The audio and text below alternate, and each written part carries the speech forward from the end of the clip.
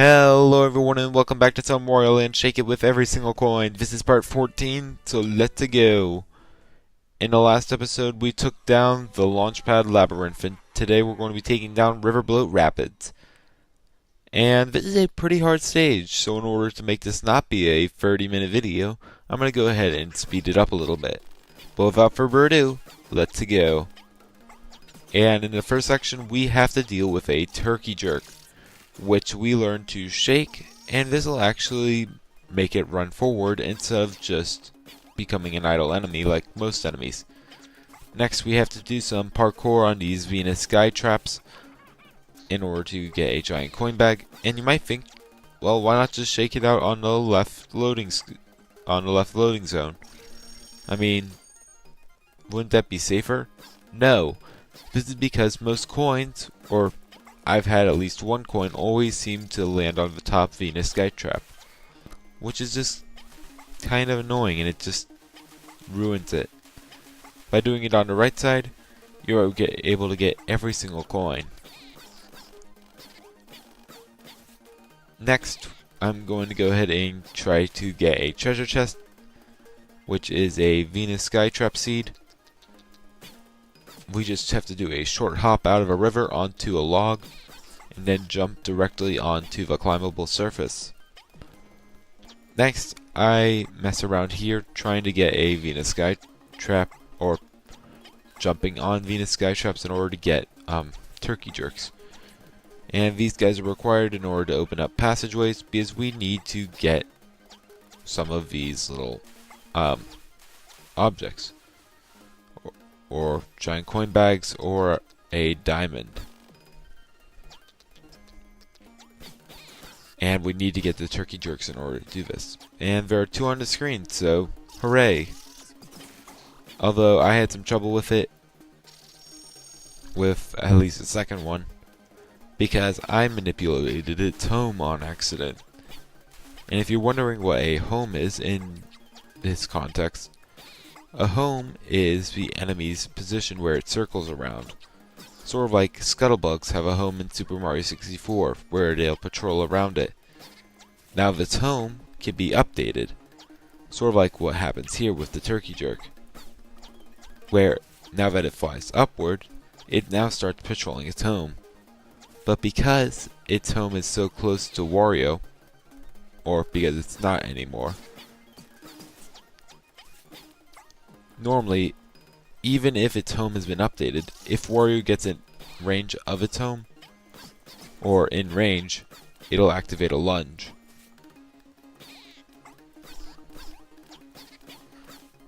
So, by resetting the room, we can reset its home to allow it to lunge to actually work.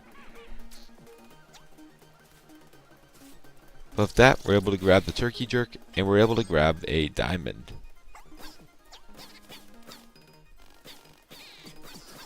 And now we're able to move on to a really fun room, one that deals with the max velocity dasherators.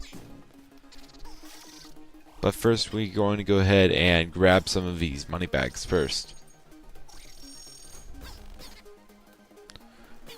Mostly because if you run into one of these money bags with the max velocity dasherators, it'll actually go ahead and destroy it, so that's obviously not something we want. So we're going to go ahead and empty these coin bags into our pockets.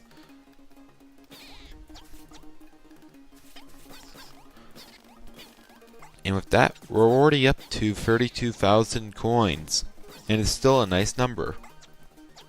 A nice even number. Next, we need to go ahead and grab some coins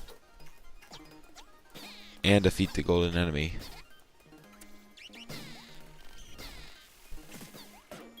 But first we're going to go ahead and grab this diamond, because of course that's important. Next we need to go ahead and trip over these Venus skytraps in order to activate them. Then we're going to go ahead and go around here. And now it's pretty important that we don't destroy the golden enemy by dashing into it, because if we do, it will only give us one singular coin, similar to our coin bags. So what we have to do is do a pivot jump. And this allows us to get all the coins from the golden enemy. Next we go ahead and move through here.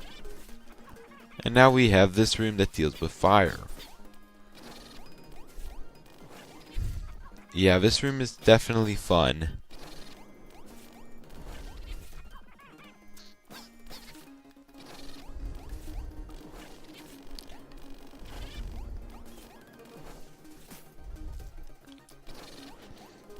Thankfully, it's not too bad. It does take a few tries though. Mostly because when you're jumping back, you have to jump off of smaller platforms with walls on them. Normally these Venus skytraps are actually semi-solids. But once they close, they become actual ground with walls. So it just becomes more tedious.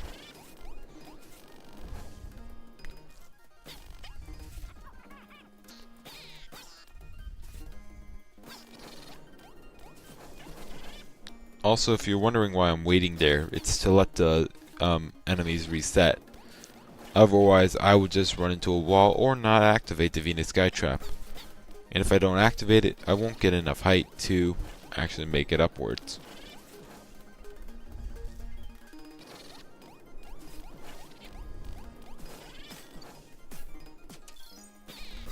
$9 million attempts later, though, I'm finally able to make my way up.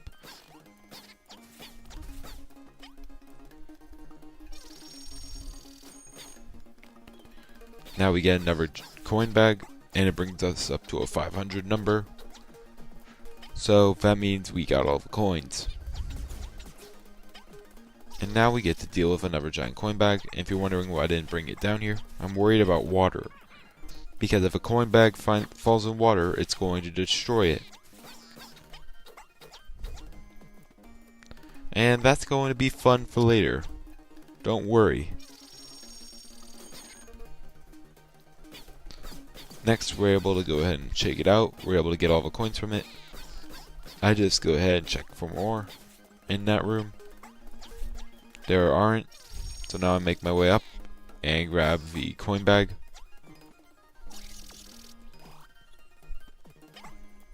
And we're actually pretty much done with the level now. One little detail that I enjoy about this game is in this level it's raining. And if you look at the cannon enemy, I don't remember what they are called. But if you saw it, his color texture was a little bit different than normal to show more of a glossy color to sort of reflect the actual rain, which I find is a nice touch. But with that, we're able to go ahead and collect the next map.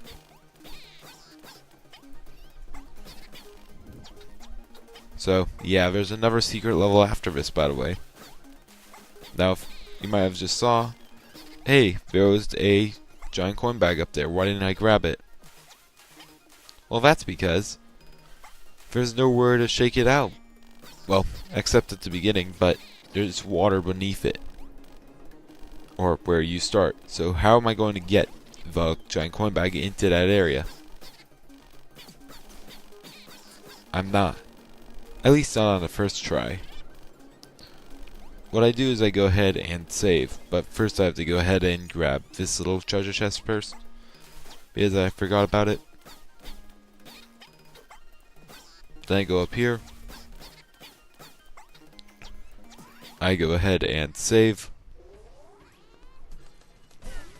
And now, let's go. What I end up doing is I have to jump down. I go ahead and jump a couple of times in order to sort of mess with my timing. And then I land directly on a log. And this is all luck, by the way. I was only doing the little short hops in order to make sure I wasn't on like the fastest pace. because I'm pretty sure the fastest pace will not land on a log. Although I'm probably completely wrong on that. Now what just happened, why my momentum stopped, was because when I swing on a rope, if I hit even the smallest part of a ledge, all my momentum gets removed. So I have to swing at the very bottom of the rope in order to not hit the ceiling. And this allows me to go ahead and proceed with the dash cannon. And this actual ending part, I don't believe has any coins. So we're pretty much home free.